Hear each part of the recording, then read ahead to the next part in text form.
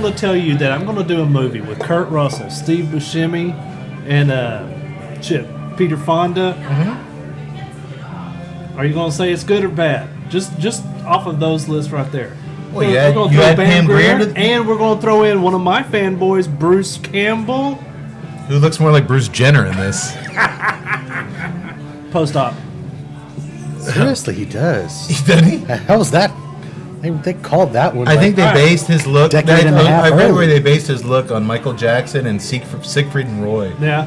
So I'm going to tell you that I'm going to make a movie. I'm going to cast all these people in it. I will love that movie. Did you love this one? Biased out there, my love for Carpenter and all things Carpenter. I think even Carpenter on his worst day is still leaps and bounds more going to produce a more entertaining film than 80% of the other schlubs out there making dreck. This is the Carpenter film I've seen the least. Yeah. Maybe Village of the Damned, close second.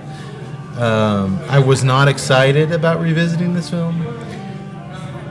I look at Escape from L.A., and we're going to get into it, but you know when you see these bands from the 70s and the 80s go on tour and play their greatest hits? Yeah.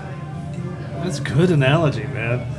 Like, Foreigner and Boston and REO Speedwagon going on tour. Yeah. Well, it's not quite the same, but let's put it in our age category here. When you see Axl Rose in Vegas now, or wherever he is, singing Welcome to the Jungle, and he's got his Ed Hardy shirt and his sequin jeans and his fedora mustache, yeah. And then you look at him at the Roxy in 1988 singing that same song. That dichotomy is where I kind of put and that Escape analogy, from New York and Escape from LA. That analogy is beautiful because it's the same movie. It's the same plot. They wanted to introduce, I think they wanted to introduce this story. A lot of kids weren't familiar with, or not a lot of kids, a lot of people. It was an opportunity they got presented where they could do it again, introduce a lot of new people. Almost a decade. But at the same time, continue the story and do something new. But and I think that when I see this film, I see Axl Rose on stage with that fedora and that handlebar mustache, singing the song that young, wiry, sweaty Axl. Yeah. The impression I got from that Axl and the impression I got from bloated. I love me some Axl. Don't get me wrong. That's right.